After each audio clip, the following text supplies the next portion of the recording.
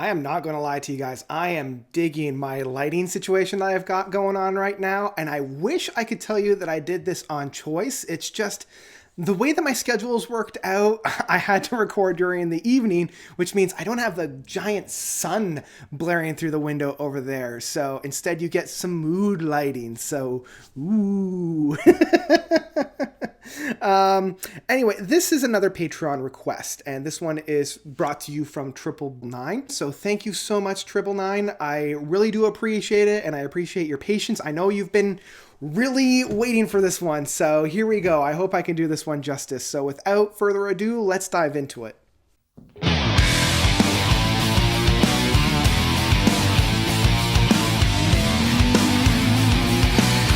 Death by Rock and Roll from the Pretty Reckless. So the Pretty Reckless are a New York kind of hard rock band. I mean, they're being touted as like a post-grunge or alternative rock, but really they're kind of a hard rock band, getting their start back in the early 2010s, being led by Taylor Momsen. And Taylor Momsen is on one hand kind of a household name, but also on another hand kind of isn't. She got her start actually as Cindy Lou Who from the 2000s Jim Carrey version of The Grinch.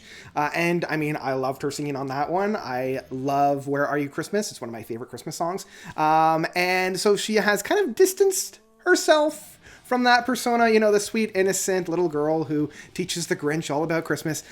She actually got a little bit of an acting career with Gossip Girl for a little bit, and then started The Pretty Reckless. And so we now come to their fourth studio album of Death by Rock and Roll that was released earlier this year. And I honestly have never heard of The Pretty Reckless up to this point. It wasn't until it was suggested to me. And I'm always excited to hear like a female-fronted, female-led rock band. Like, I get very excited about that kind of stuff. So I had no idea what to expect. And upon the first couple of listens, I wasn't all that invested or engaged in it. It felt very derivative of a lot of that female-led rock bands that came before it. And like, none of these songs really wowed me. None of these songs really stood above anything else that I had heard in this genre, especially the subgenre of rock. It felt, on the one hand, a little bit dated as well. I felt like they weren't really adding anything to the musical landscape. They weren't really expanding on anything, which is really saying something for an individual as myself who loves progressive rock music, and that style of music is inherently always looking to the past. Yeah, and I really wanted to make sure that I wasn't missing something. So I took quite a bit of time with this album just to kind of suss out what it was that perhaps I was missing, something that just wasn't quite clicking with me. Because the album opens up with almost like a Jet homage. Death by Rock and Roll, the title track, has that very bombastic, heavy-hitting guitar lead that opens it up like this burner, burner, burner. I think this is one of the star points of this album, really is Taylor's singing styles. Like, the girl's got chops, you know? Like, she's got a fantastic singing style, and she knows when to use it and when to bring it back, and she utilizes both very well. Like, at no point do I ever feel like she's overstepping her grounds or it's edging on like being cheesy. But yeah, with the first track of the title track, it just kind of felt a little bit of a generic rehashing of this pump up and go track that we've had many a times in the past. And then we come into the second track of Only Love Can Save Me Now, which actually does feature two pretty prominent musicians. We see once again Kim Thyril from Soundgarden. He actually appeared on the Mastodon album, so I mean, the guy is making his rounds throughout this, and he has a very interesting and elaborate guitar solo near the end piece of this track that really does like showcase how well of a guitar artist he is, as well as the drummer Matt Cameron from Pearl Jam. So like, two very prominent grunge style artists are featured on this, and you would think with those two stars you would have something kind of homaging back to like the early 90s style of that more gritty, grimy, punchy style of rock, but it does feel as though this song is just a little too slow for its own good. It's heavy, it's hard hitting, but I don't know, the tempo is really slow on this one. It doesn't really feel all that engaged in the track as well. Like, the song ends on a much more fast-paced tempo, and I wish that they had kept that energy throughout the whole length of the track instead of just saving it for the last little bit, because I feel like it does a little bit of a disservice to the track. I was really hoping for a lot more meat on this one, especially with these two artists kind of helping everything out, but instead, it does feel a little bit flat. Unfortunately, the same can still also be said for And So It Went featuring Tom Morello. And we all know Tom from Rage Against the Machine and all of his other works, and like, again, with so much star power that is found on this record, I was really hoping for a lot more teeth, especially from bands like Soundgarden, Pearl Jam, and Rage Against the Machine. This track, the third track, is such a strange track because the overall, like, narrative of this track is like, the world doesn't belong to you, the world belongs to me, and that is such a weird concept to lay down. Like, if the world belongs to you, why aren't you making it better, you know? Especially when this track itself is kind of dripping with so much angst in it.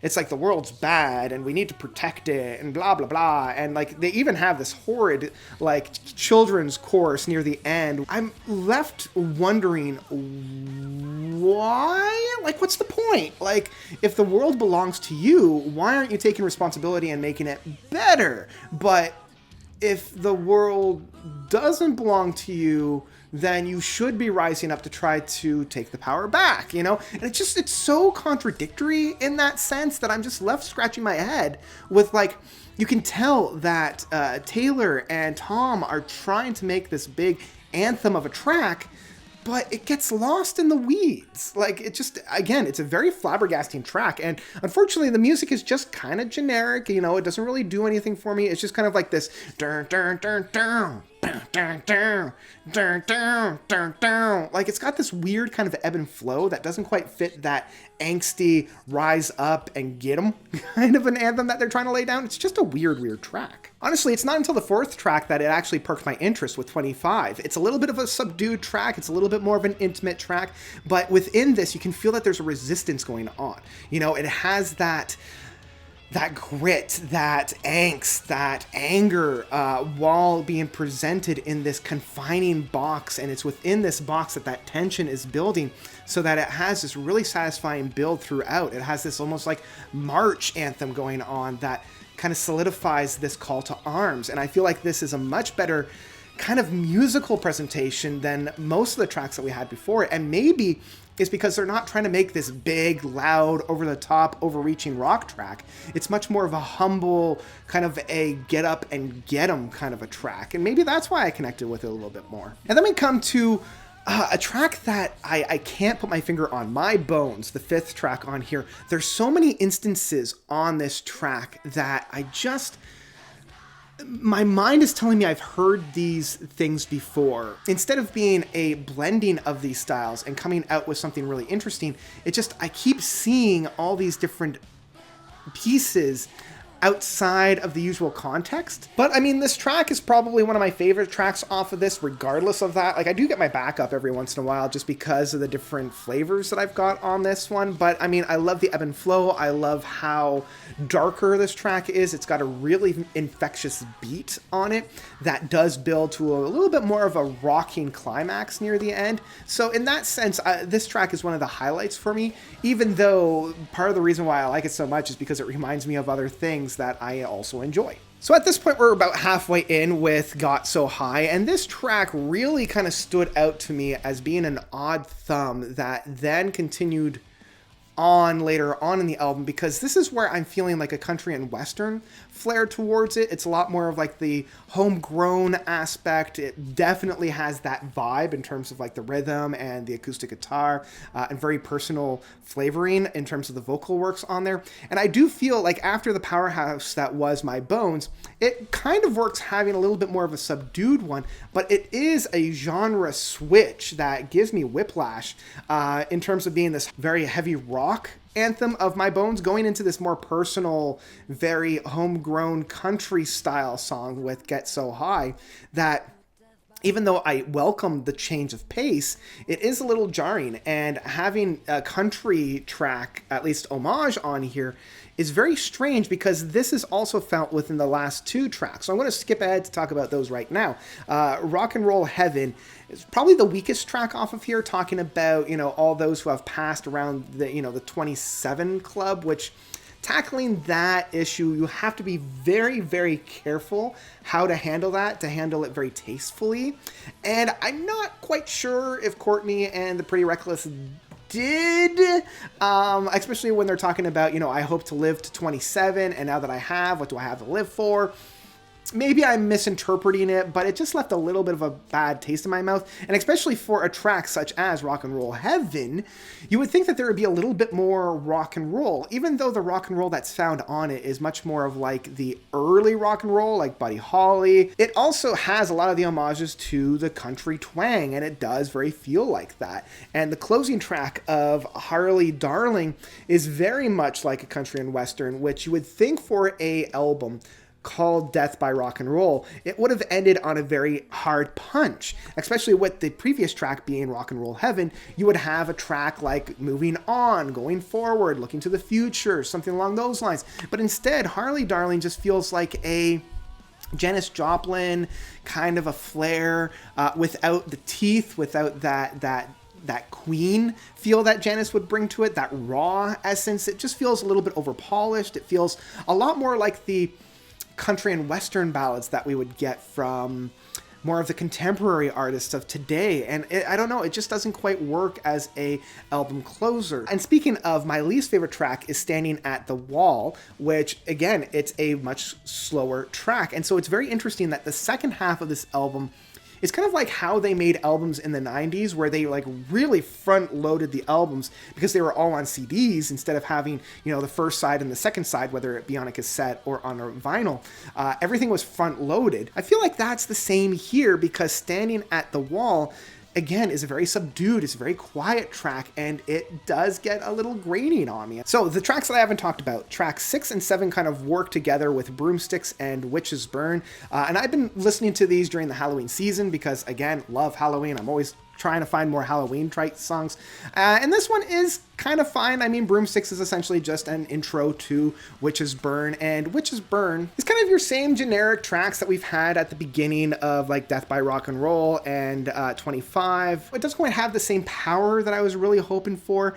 I felt like they're kind of running out of steam at this point, even though I believe this track was written well before a lot of the other tracks off of this album.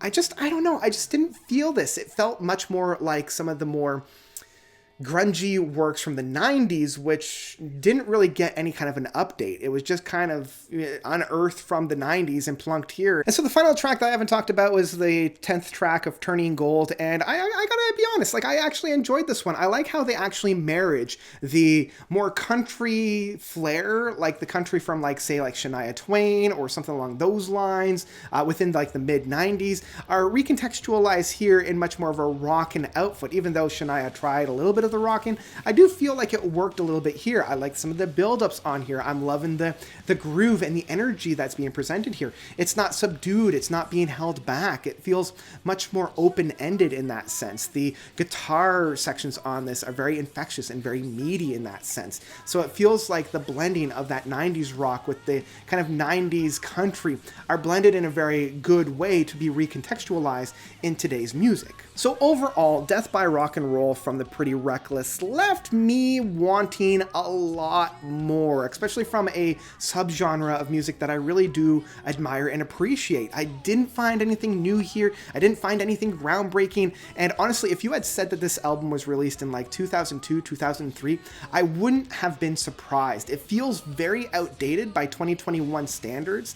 It just doesn't hold anything new. Like, if you're trying to do this type of music, do something new with it, recontextualize it, add different flavors, update it, revamp it, do something with it. And instead, they kind of do the biggest crime, which is nothing at all. So yeah, I mean, the energy on this album is still fun. This one's going to be hard, you know, because I honestly, myself, if I were to ask myself, you know, would you enjoy this album? I would say no. You know, I would say skip it, leave it alone, don't touch it, go on to something else. But I can still see the merit on here, and I can still see the passion that's found within it. So I don't know. I'm for the general public, I might give it a stream, but I have to stay true to myself because at the end of the day, that's how I rate these things. I rate it as to what I would recommend myself doing. And honestly, I have to say Death by Rock and Roll by the Pretty Reckless is one that I would skip. And it really hurts me to say that. You know, I was really looking forward to something very, very special because this is a Patreon request, and I never want to give a bad review to an album that I know somebody is very passionate about, you know? Like, I know somebody's not going to suggest me an album that I'm going to dislike, or at least they think I'm going to dislike. So it always, I don't know, it grates on me that I didn't quite enjoy it to the extent that I was hoping I would. But that's what I've got to say about Death by Rock and Roll from the Pretty Reckless. What do you guys think about this album? Do you love it? Do you hate it? Whatever you thought, please let me know by commenting down below.